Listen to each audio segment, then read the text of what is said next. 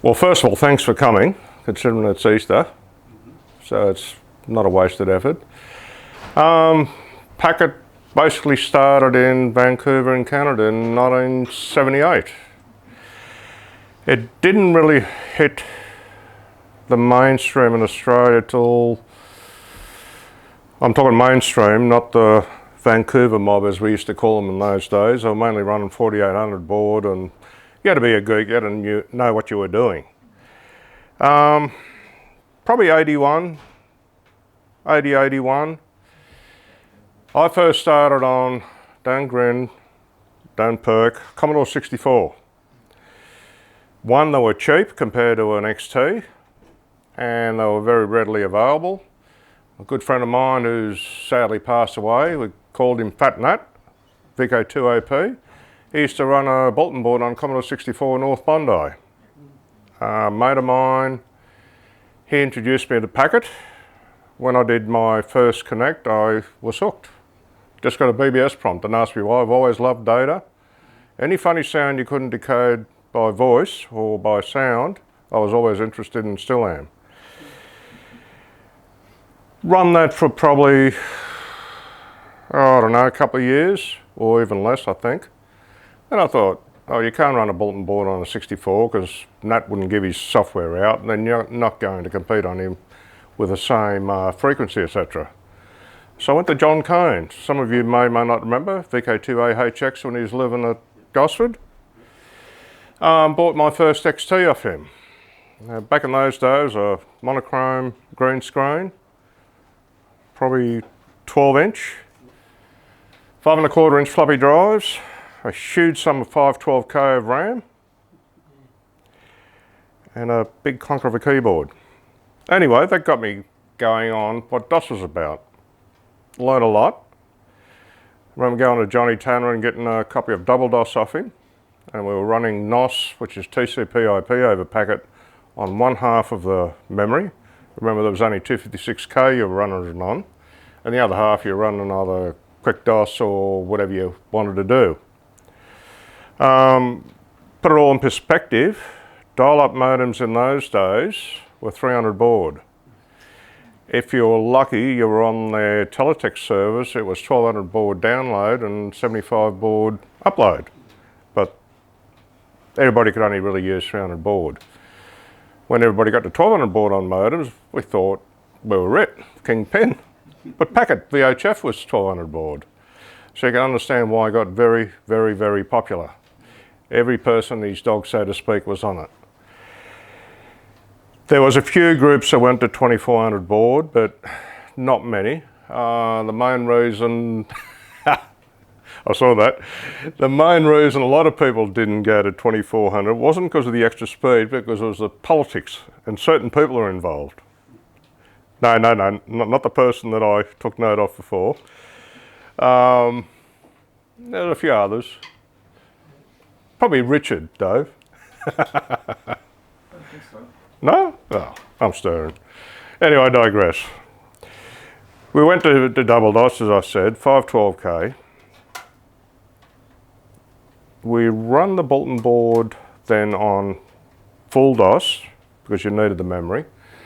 And basically the bulletin boards in those days, they all progressed from the same software package. It went in cycles or fashions.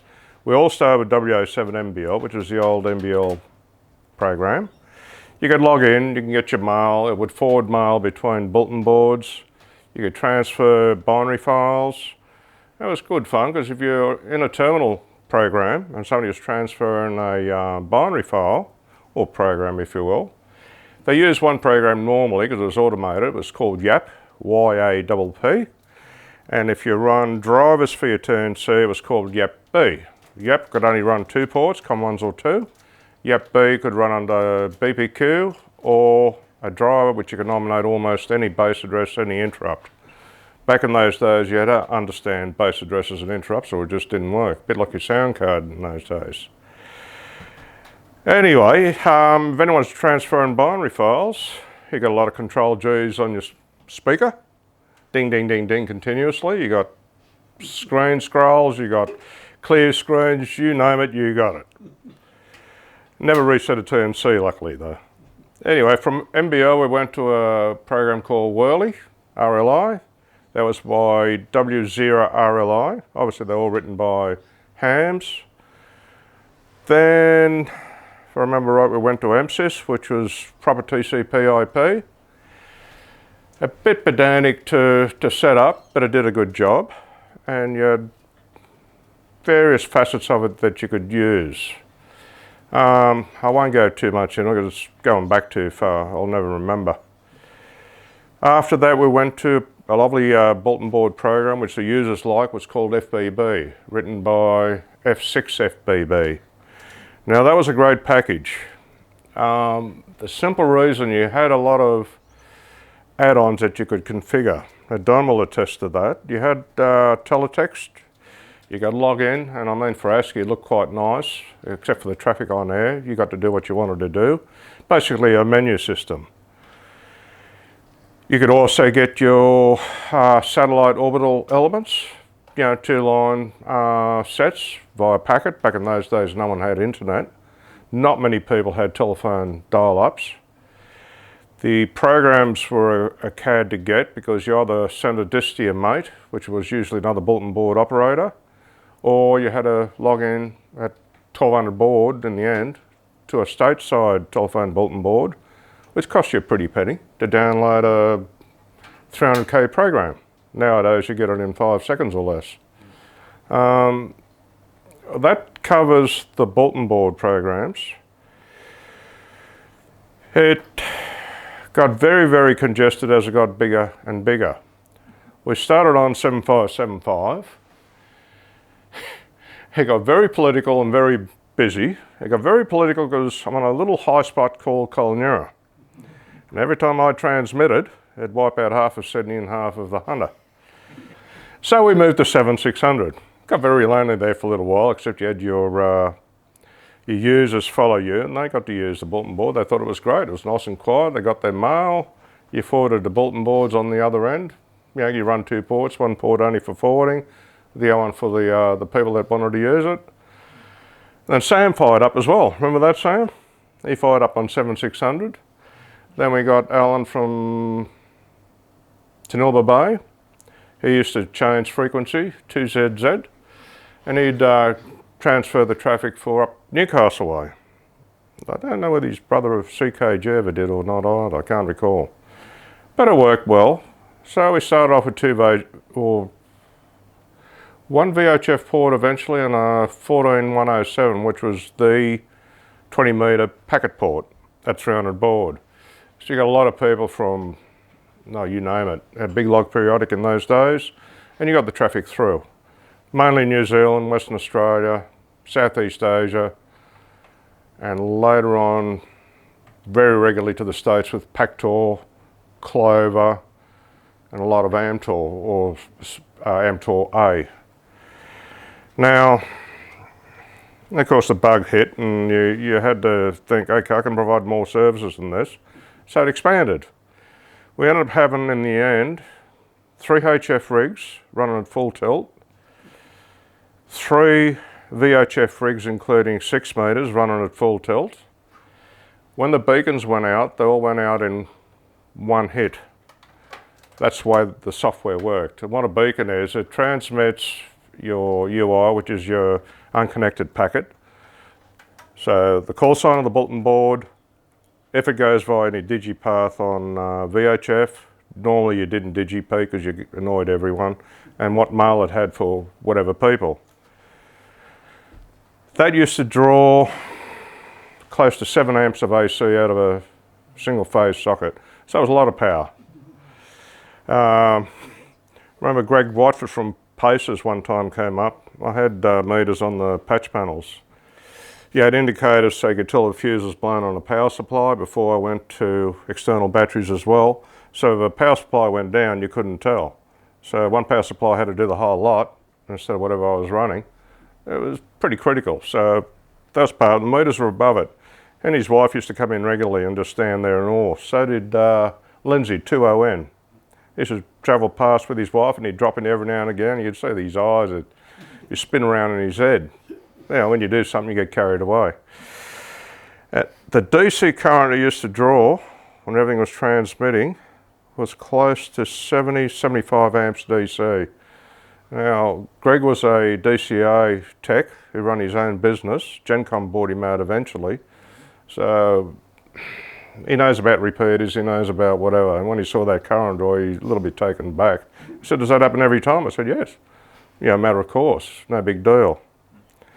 Anyway, packet progressed, and I got bigger and bigger and bigger. And of course, you got the stirrers that packet's inefficient, we want to ban it, blah, blah, blah, all the rest of it. Bit like FT8 now and whatever else strikes your fancy. The IARU, Region 3, contacted me and they wanted a report made, which I did. I was supposed to present it, but what you do, you can't. So I stayed home and they presented it anyway, which is good. Karen can attest. Also mentioned on Radio Australia, at the time it was the biggest bulletin board in the Southern Hemisphere. I'm rambling, am I? No, you got a gold watch out of it. Oh, I got a gold watch out of it from IARU. I still don't wear a watch. I hate them. Still wear it, eh? Oh, some fancy brand. But anyway, that was like a thank you. So that was good of them. I think by then, telephone bulletin boards progressed to 2400 baud. We did run a telephone bulletin board all at the same time. But before that, with DOS machines, you couldn't run all those programs. You had to run a copy of the program for each port you were running. With double DOS, you reached the limit of 2 ports, 2 programs, very limiting. Okay, you could run programs in those days on the DOS called Desk View, which will let you multitask, not swap, like Windows 3.1 used to. But you also had to run extra memory. So we progressed to an A2 machine, 8286 processor. Oh yeah. I think it was 6 megs on standard and 8 on turbo. Came with 1 meg of RAM on board, which was insufficient. You had to buy a certain type of expansion memory card. There were ISA slots in those days. It was called double EMS. It took a lot of RAM, 2 megs actually. That was its limit. Fairly big board, about yay long, that high. And you run a memory manager called QUEM, Q-U-E-M-M. Can't recall who it was made by, Quarterdeck or someone or other. Anyway, that was the only way you could do it. And I happened to buy the RAM just when the factory burnt down in Taiwan. So it cost me a large bundle, probably equivalent to 3/4 of the price of a good quality HF rig now. But you had to have it. That was before your time, Karen, so I didn't spend your inheritance. That was okay, we got all that going. Your BBS to run all those ports, you had to share interrupts. Now, the common interrupt, there was 2. I can't recall the second one. The second one was really dedicated to the buzz on the system board, and if you used that, you got into trouble. So the one that was available was usually interrupt 2. You had a COM board, a 4-port card that was called an MS400, if I recall. What you had to do, you had to cut one of the tracks to the fingers, add a couple of jumpers in certain spots, and that basically did the trick. And you've got to remember all this information, you either had to learn, plagiarise from friends, there was no internet information that had it. The bulletin board doco was basically 4-page readmes, or 4-line readmes. There was no docker. So, hence that caused the problem. You started getting phone calls from around the world trying to figure out how you did it. And that wasn't much fun. And you also got a lot of visits from all around the world. I don't think you ever got to see any of them, did you, Karen? Yeah, I did a few. A few. Yeah. Anyway, they came from England, the States, Canada, New Zealand, Asia, locally. A couple of times. They just wanted to see how big it was, because it had a reputation. A lot of achievement, a lot of time, and a lot of effort. But I think it was worth it. It taught me a lot about DOS. Hence, everything else in comparison is basically a walk in the park. We progressed to telephone bulletin board as well. that had to be done on a separate computer because you run out of slots in the machine. And we got to the stage where we'd use that BPQ front end. Yeah, and the opposition in New South Wales was APRA. Barry's mob. No, it was nobody's mob. Isn't that right, Dave? Thank you. What we used to do, we used to transfer the mail to and from Melbourne for redistribution locally at both ends via telephone bulletin board. But that was only for bulletins. I never used to do that with private mail. I used to prefer sending it by a proper radio link. There was something about that now I've forgotten. Yeah, it might come to me, might not. Anyway, the reason why there's 2 call signs up there, 2-letter call signs became available. XY was probably the busiest in Sydney, and when he moved to Queensland, it came available in the ballot. And everybody in those days just had to have a 2-letter call sign, whether you needed it or not. And of course, I got that. So I did. Have never used it on air, but you've got it, and that's all that matters. Oh, that's what I was going to say. The later days, Dave will be familiar with this. When you connect to a station with packet, you can either go direct, and if there's retries, it tries again. It sends that packet again till it gets it through. Most TNC'S are set for a maximum of 10 retries, then they time out, then you've got to connect again. You can change that, but it's pretty selfish.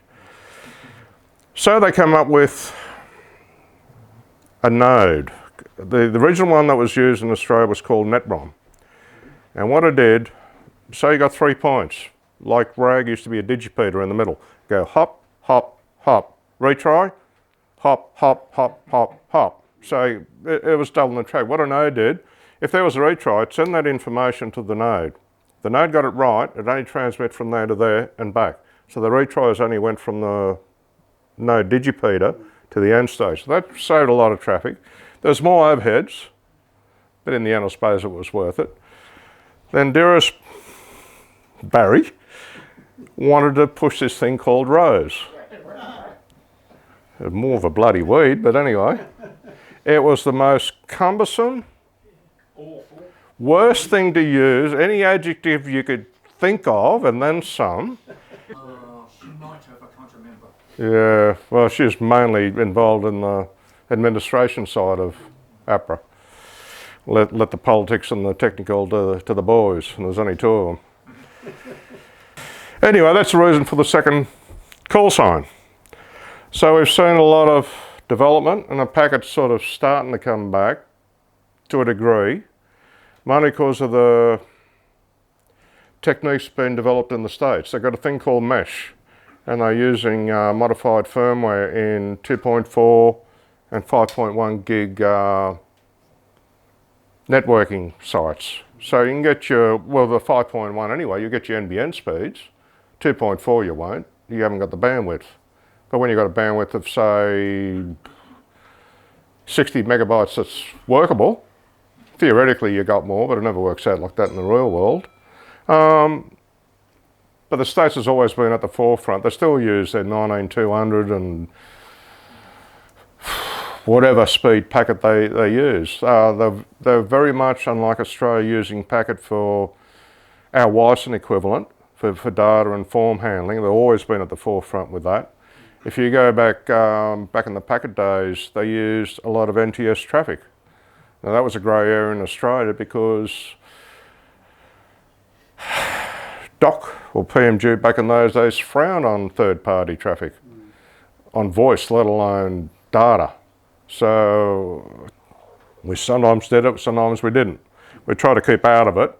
I think it was mainly passed when there was an emergency, like an earthquake, someone had to pass a message to someone in the States, or vice versa, and you did that. Just while I remembered, this is how sophisticated the system got. In the end, we got a chap in the States who was a friend of Robbo, XY. His call sign was K1UOL, Bob Foster. Used to forward traffic to him every night one of the HF frequencies, 14 megs generally. He got a friend of his to make a hardware box for me, which let the HF rig, similar to what Windmail and a lot of the other commercial networks do now, they'll make your rig scan, albeit then hardware-wise, not software-wise.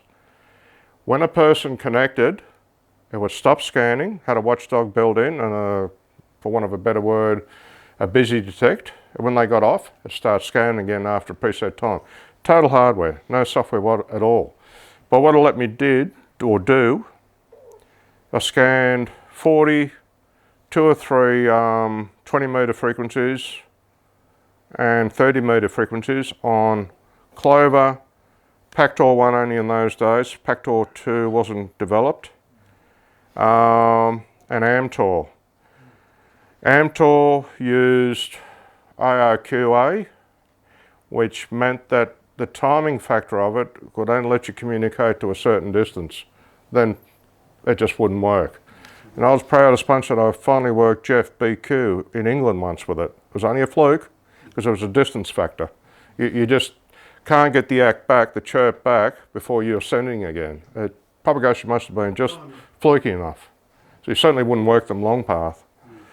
Anyway, enough of that. I hope I haven't bored you with my ego. History lesson. I just woke up. What happened? You wake up. Oh, you missed it all. You want me to start again? Yeah, Peter, can you tell him? We don't want him to miss anything, mate. Just go again. Cup of tea. How do you work this, Karen? It's too complex. You put batteries in it, it should work. Oh, I know why. I got to get them to talk to each other, don't I? Ah, humbug. That computer, not the screen. Oh, I don't want volume. For audio presentation. I use just a load. No, I use the keyboard. That's the key to it. Use the keyboard, old faithful. Okay, packet. Back then and even now, it is error checking. So there's no errors unless you've got fat fingers, which is all of us. Just like a phone. You can hit the wrong character every time, but it doesn't have automatic spell checker, thank goodness. So you can transfer mail. Now mail can be stored on a mailbox or bulletin board automatically. You know, you connect to it, you can send a message or you can send a bulletin. Bulletin will go to everyone, a private message will only go to the person that it's intended to. No different to email, only it's done over a radio link, that's all. And when the other person logs in, or if they're located in another locale, it can forward it to the nearest bulletin board.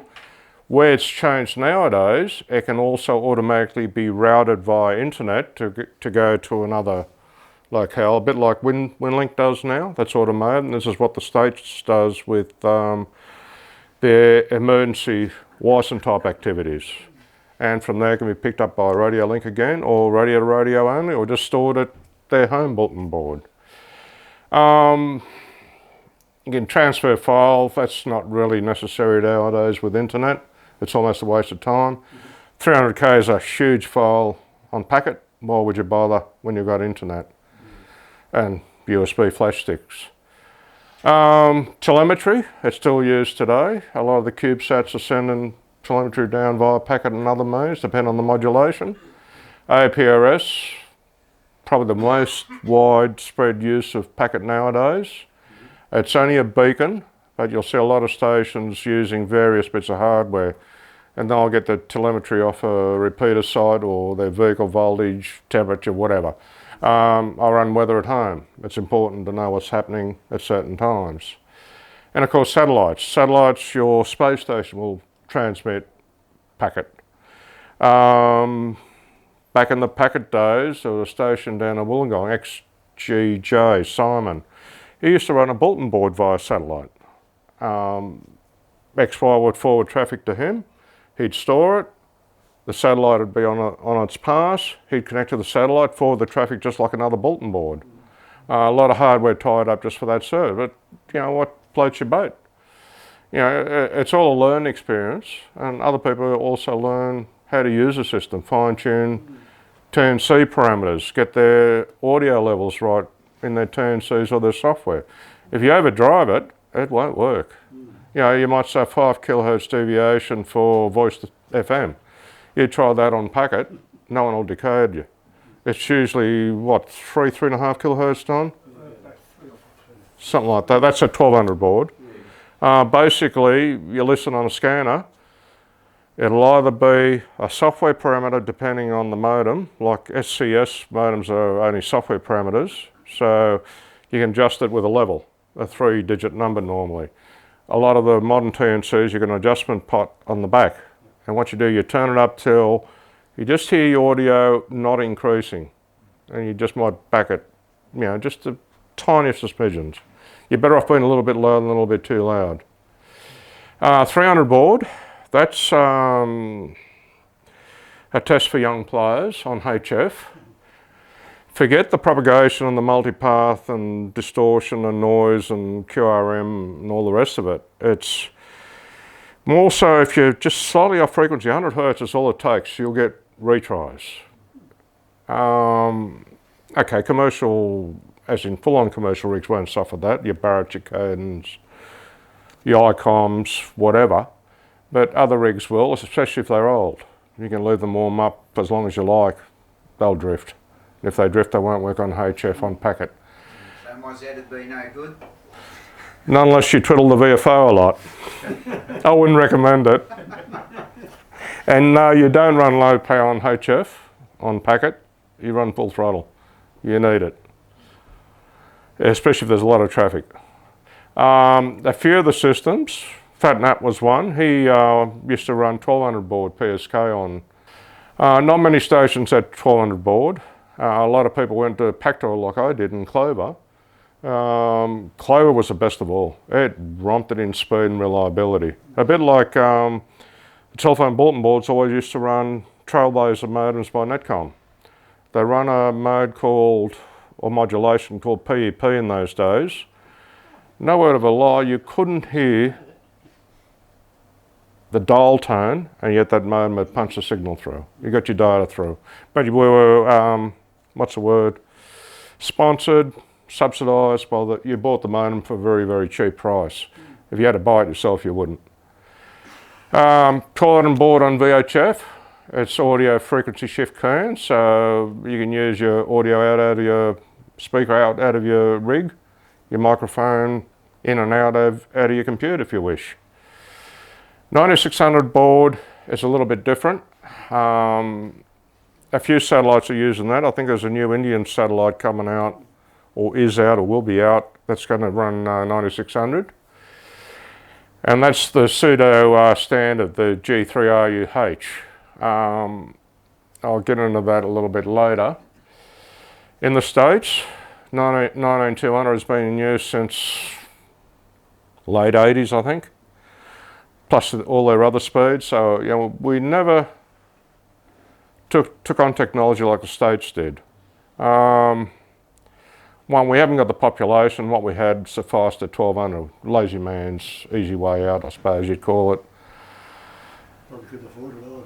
Well, that's another little story. Bigger volume, it's got to be cheaper. There's the mesh systems, 2.4 and 5 gig. Basically, it's either the Linksys point-to-point link, the hardware, or your Ubiquiti, and they would reflash the firmware on the devices to do that. I did read the other day that the Ubiquiti, the new bootloader is different, and you flash it with their current software, you break it, you'll brick it. But they're working on a new upload for that. So that's always been changed in the States. Okay, equipment. Your typical radio will do it, whether it's HF or VHF, depending on what you got. Your handhelds, you've got to interface it so it'll work properly, either a cable configured correctly, and depending on whether you're using software modem or hardware modem.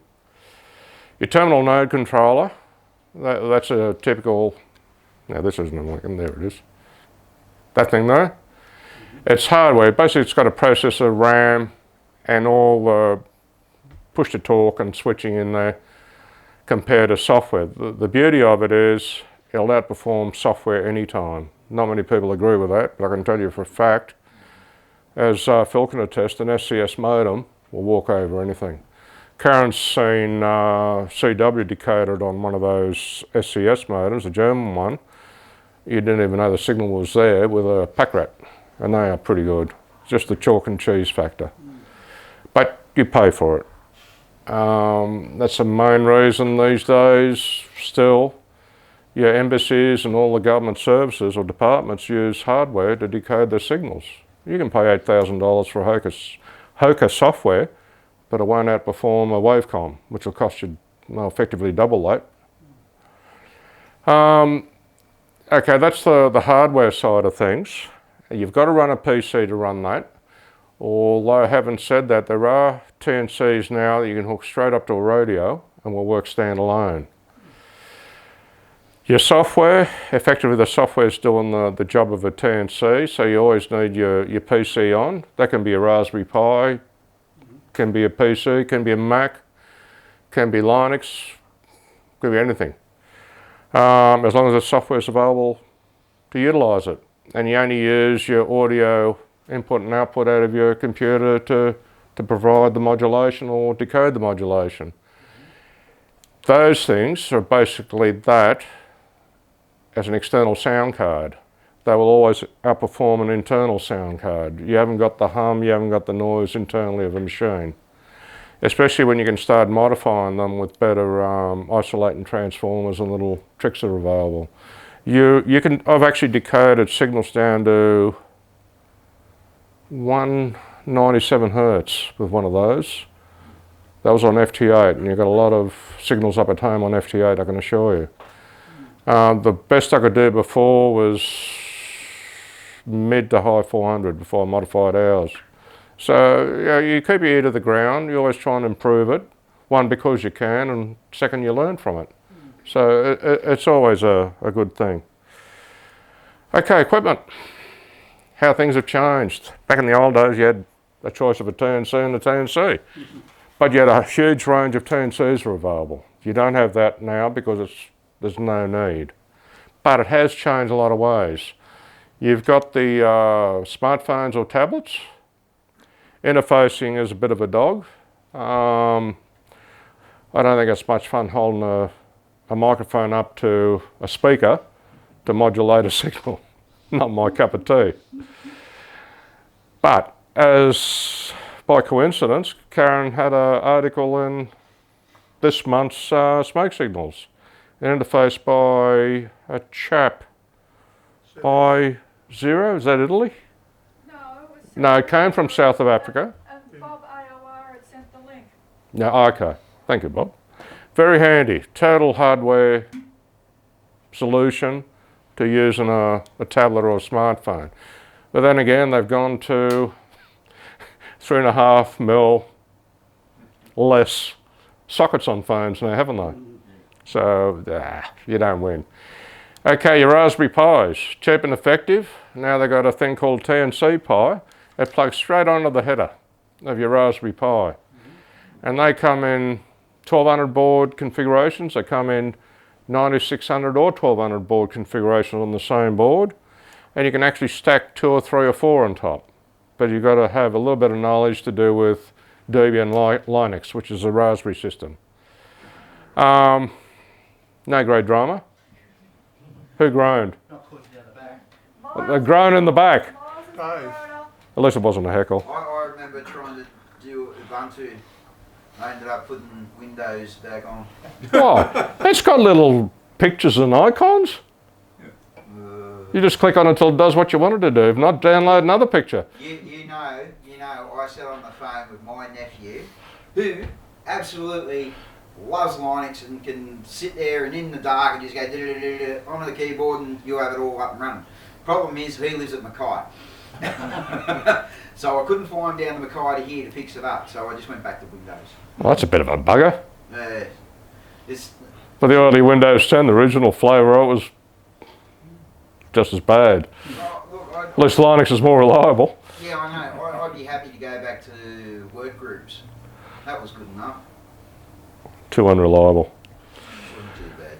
But if you can, grab yourself a Raspberry Pi. They're cheap. If it's not the current one, the B3 or B3 Plus, whatever it is, because it's another way you can learn to do things on the cheap. They are simple to use. Just grab an image, download it to the SD card. If it goes to the command prompt, just type Start X. It'll go into a Windows GUI configuration. Make sure you do the latest update. You go sudo rmrf. That was the ones that he was trying to get me to do, the sudos. Well, there you go. Super user. Sorry? Super user. Yeah. Now you're going to log in as that to be able to get to root level. And of course you got the dedicated radios, you've got a built-in TNC.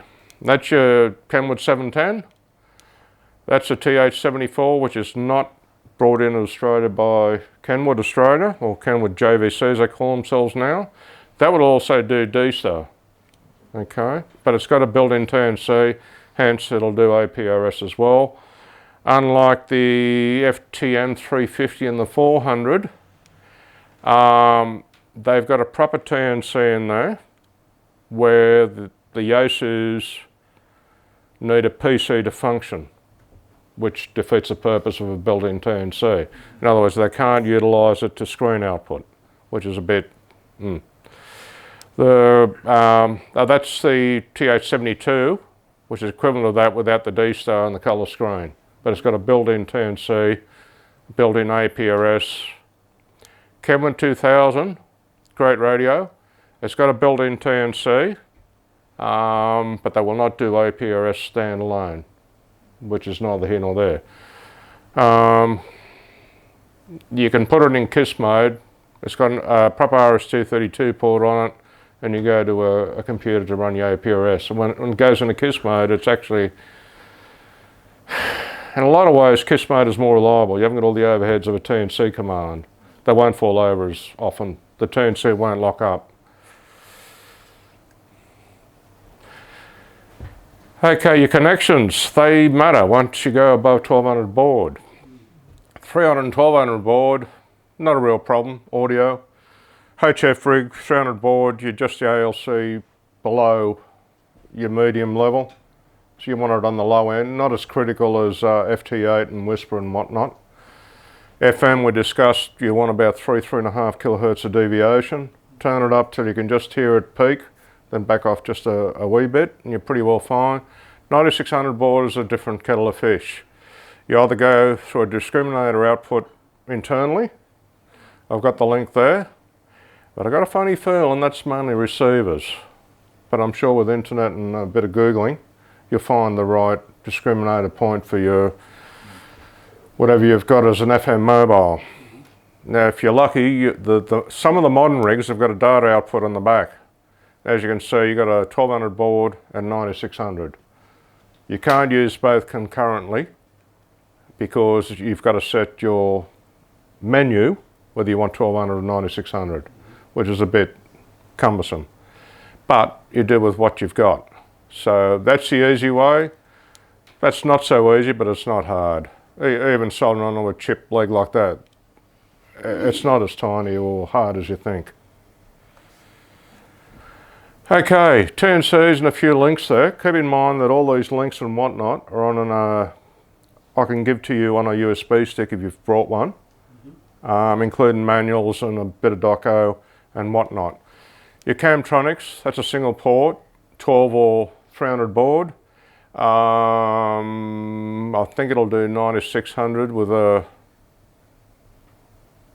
don't know whether it uses a disconnect header or not. That'll run 2 ports at the same time, but you pay for it. They're about $500 and something American. So by the time you do your shipping and your exchange rate, it's a lot of money. A hell of a lot of money. Compare that to a TNC Pi, for example. You know, depends what you want to do. But they work extremely, extremely well. Mobile tracker, that's standalone obviously. That's more for APRS than a standalone TNC. And that'll be a little box. There's better ones yet, Glenn. You know, I'm thinking what you're thinking. I've run Pacom at home, which are defunct at the moment. We used to run Tiny 2s, but predominantly 220s. The 220s because they did HF as well as VHF. So one fell down, you only had to have one spare till you repaired the other one. That'll do VHF or 1200 baud, 300 baud and 9600 baud. That's why I chose it. Very reliable. That's time waves, the older AEA, the Packrat PK232s and whatever else they used to make. That's their Signal Link equivalent from Tigertronics. There's another European brand which I couldn't come across. I think RF Solutions stopped importing it. It's a very good one. It does a lot of interface into frequency shift keying for your CW, your RIDI, whatever on HF. They're very popular in Europe, I believe, but a bit expensive and a bit irksome to set up. MFJ, they only make one TNC nowadays, and that is a split in image, just rebadge of a TNC'X. And that TNC'X is put out by the same people that make the TNC Pi, so just remarketed. But I suppose one advantage, it could be made in the States instead of China. Okay, you got your links there. You got a USB stick, they're all on there so you don't have to write too much down. Okay, our little baby, that's the size of it. It's an APRS transmitter. It doesn't receive, but for tracking, as long as you get it back, it's a good way to go. The other one, that's a standalone, it's 7 watts. Of course, that can be configurable. It's only a little box, probably a cigarette packet, I'm guessing. But it's also wireless and Bluetooth as well. So 2.4 to transfer data. And I'm sure it's got a USB or a LAN connection on the back as well for good measure. Yaesu's got their sound modem there. I don't know whether it's still supported as in supply, because I couldn't find any reference to it. It's strictly still sells it, but you have to get drivers from the 12 and the FT1200. Ah, okay, yep. I've got that in the car now. Yeah, that's right. They work well. So a sound modem with an interface with USB and whatnot. Same as a Signal Link. Depends what you want to do and what you've got or what's easily procurable. Because if you've got to get it from the States, the exchange rate is not the best at the moment, but your freight will kill you. It always does. You know, when you get something and you think, oh yeah, $20, you get a $70 bill for freight, you think, whoa. Just thought of it, Tigertronics, which is a Signal Link, no endorsements. Strictly Ham is a distributor now. So keep that one in mind, it'd be cheaper than paying for freight. The Signal Link, you can either wire up the interface socket by little jumper wires, so it depends on the rig you want to use, FM or HF or whatever. In other words, push to talk, audio in, audio out, transmit audio. Or you can buy the little sockets if you're going to use it on different radios. You just unplug it like an IC, plug another one in, it's already wired up. Simple. More hardware. Oh, this is the good bit. That baby there, it's made in Poland. It's standalone, so all you do is plug it into a radio and an antenna. It'll function as a digipeater, it'll function as an iGate. So if you've got internet, it'll send the data to wherever. It'll function with relays, optical relays. So in other words, you can make it switch or read, I think up to 4 devices. It's got a temperature sensor on board. I think 1 or 2 other things. They've got different models and they vary with the current exchange rate, no freight, from 180 to 240, which is quite reasonable for what they can do. Radios have got built-in modems, for want of a better word. In other words, just plug it into your computer and you can transmit. You got the old 9100. Trapped there, it's got 2 effective COM ports when you plug a USB into it. One COM port will be your push-to-talk interface. The other COM port will be audio. Okay, so if you go to your sound settings in your control panel, for example, okay, you've got whatever for the ICOM, but when you go to modulator, you've got to set the program for a different COM port. And if you get the 2 confused, that ain't going to work. Okay? The 991 or the 991A from Yaesu, that's got a built-in sound card via their USB. The new one, the 9700. All the bells and whistles on that one, isn't it? With no stability for whisper on 2 metres and above. Hey, tax time, I'm buying one of those suckers. You got to find one. Yeah, I know, they're all sold out. 3 months I've been told, the next lot will be in just after tax time. It comes with a built-in feature of very wide frequency. Can I get one too, Karen? No, I expected that. They're only 2.5. That's dirt cheap. I'm getting the next radio. Well, No. yeah, Peter can buy it for you and it can go into his He shack. does that every time. Well, No. you can still go into the shack and use it. You do What do you mean you anyway. already steal all these radios? Miles, she can get quite aggressive. It's not worth it. She wins every time. You're dead. Girl germs everywhere.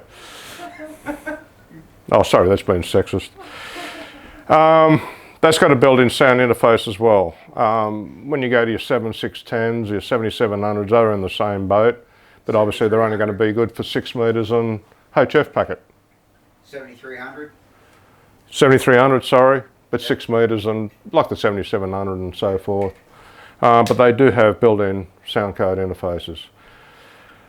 You got to be careful because the levels will change.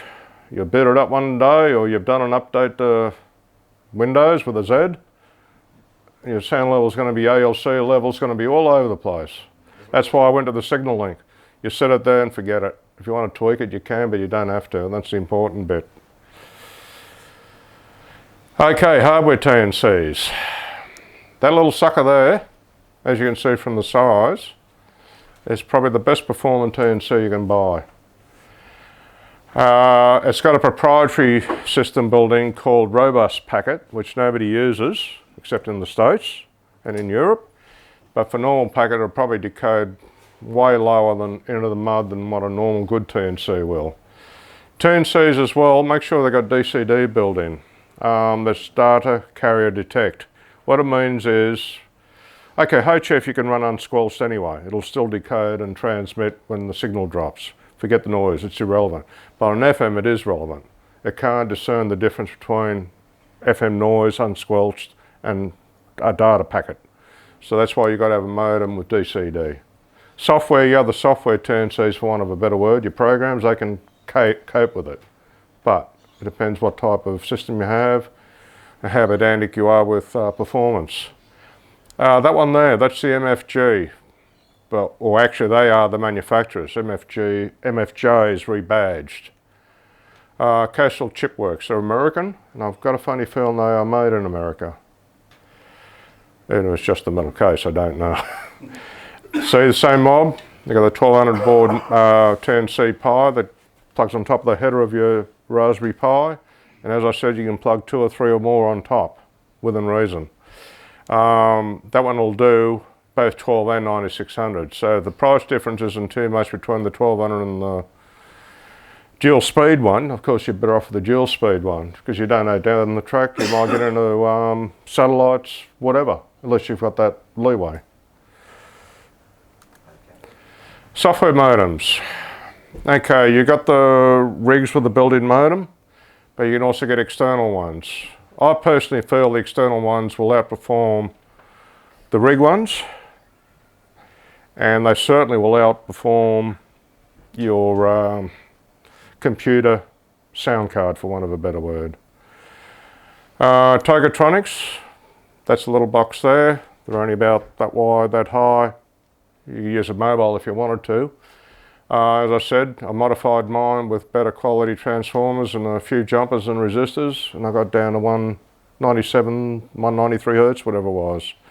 And that really is unheard of. You can't normally get down that low and work a station. The Baypack is a standalone one, I think. Don't quote me. Used to be the old Baycom back in the 80s. Togatronics still make it. West Mountain Radio, that's another software modem. Compared to those, they're a bugger of a thing to set up. Too many leads, too much hassle, too much bother. I sold mine. I didn't want to borrow it. They make simpler ones like that, but they haven't got the flexibility. That thing you can adjust your audio and transmit levels with a little knob. You just monitor your software, and if you had to, you can change the delay with switching times. That one's got level adjustments. I can't remember what else. The Bionics one, tiny tracker. A lot of people use them on HF, particularly on, on APRS I should say, particularly on HF because you don't have to run a TNC, you don't have to run a computer. And they are very popular. They will send out one telemetry, I think, or two. Temperature and voltage. Limited use, because usually the temperature's inside the cabin, which is irrelevant. Okay. Now, software for TNCs, very hard. Because TNCs aren't as popular as what they were, you had a wide choice of software for TNCs back in the old DOS days. Nowadays, not so much. Outpost is probably one of the better ones. It's a bit like running a terminal program, hybrid, come Outlook Express. So it's pleasant on the eyes, easy to use, easy to get your head round. WinLink Express is pretty well similar once it's set up. A lot of people use that in the States for their WISN type equivalent activities. They got different forms and they can nominate how the mail goes out. And they will both interface to internet and or a radio and or a bulletin board. So it depends on where the mail's got to go to. So you can go via internet, delivered to your email address if you wanted it to, or vice versa. You could be joeblogs at heavenhelpus.com, send an email to somebody with a radio call sign because of the routing and the software and the knowledge of the bulletin board operators, it'll be routed automatically. You can get it via radio link. UI View, that's made by an English ham who's passed away, but it's still supported, or the 32-bit version is. It's got a lot of add-ons and plugins. Very handy. Not so reliable with certain combinations of hardware as far as PC goes, particularly with Windows 10 nowadays. That one's a succulent C, but I prefer to use that than that, but that one is more reliable. That's an American one. It is supported only by name. I don't think it's been updated for at least 2 or 3 years. You got the Linux ones, which are supported, you know, just get a revision daily, a bit like the old worldly software used to. You blink, you had another version, you got another download. UISS, that's a standalone program for, as you can see, APRS through the space station. A space station packet per se, when it's being used as a digipeater, and some satellites. Some are defunct, some aren't, and some are upcoming. If you've got any questions on the way, just please ask. Bob's not asleep. The dog is. He's licking himself. Bob, stop looking yourself. I am, mate. Bob, I got 5.8 hours to go. Oh, mate, thanks. It's just Okay, as you can see, software for the PC is far more available.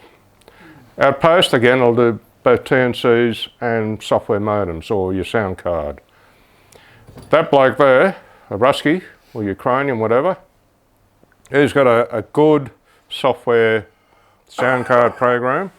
He reckons it outperforms hardware. I can't see how. No matter how good a software writer he is, you're limited by the hardware. So unless you've got a $800 sound card, it's external to a PC, not internal, and even then, unless you isolate the hum and the crud, I can't see how. You know, I'll put that up to a Wavecom any day, and I know what'll win, let alone an SCS modem. Direwolf, that'll do all operating systems. That's quite a good one to use, good to set up. Hamscope, that's probably the easiest one of all. Paxson, if you want to read all the page, there's not much on there, But even in German, it's pretty elementary to see what download means. German language is that close to English, you can almost read between the lines. It's only, I think, Spanish and Italian, you've got to start guessing what it means, and then you'll nut it out anyway. But German is pretty easy. WinLink Express, pretty easy to set up. Probably the most powerful of the lot. Getting back to that Russian software, he also does a thing called high-speed sound modem, which does your 9600 board. Okay, that primarily would do your 300, 1200 board. The other one's just dedicated to 96 and maybe better, but don't call me on that. UI View, that does APRS only, but as I said, there's a lot of plugins and add-ins for that, which makes it very, very powerful. The UISSS, which we saw previously, that does TNC'S own sound card. MixW4, that'll do your sound card for packet, but it also does PSK31, AmTor, RIDI, CW, I think it does Olivia, and a few other funny HF modes. So it's not a bad package for one software. It depends on which direction you want to go. Linux software, including the Raspberry Pi, that's been around forever. Pardon me. That one's got a lot of software to do with Packet. Again, it'll do Raspberry Pis as well as your flavours of Linux, whatever you want to pronounce it, I couldn't care less. That's been around forever too. It's a bit like the old days with your MB BIOS and later BPQ, which is currently supported. It's the drivers for hardware as far as MB BIOS and BPQ goes. You can create a TCP/IP link between computers, whether it's local, interstate, overseas or whatever. You can use it to talk between TNC bits of hardware between radios. With BPQ you can connect to it as a node. You can go to a chat conference, you can have 4 or 5, 6, 7 people talking at once. A bit like SMS, but with many people being involved at the same time. You can go to a mail server with BPQ.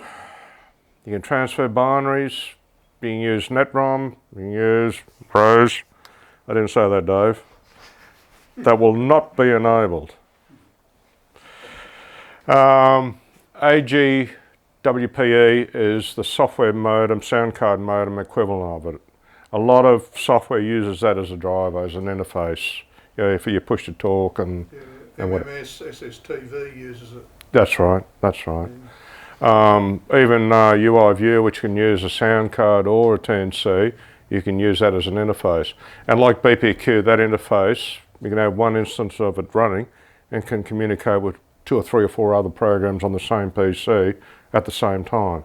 That's why a lot of people use it. Whether they still do or not these days, they did in the DOS days. Okay, useful links. TAPA, Tucson Amateur Packet Radio Association. I didn't include APRA and I didn't include MPRG because they've been defunct for at least 20, 25 years.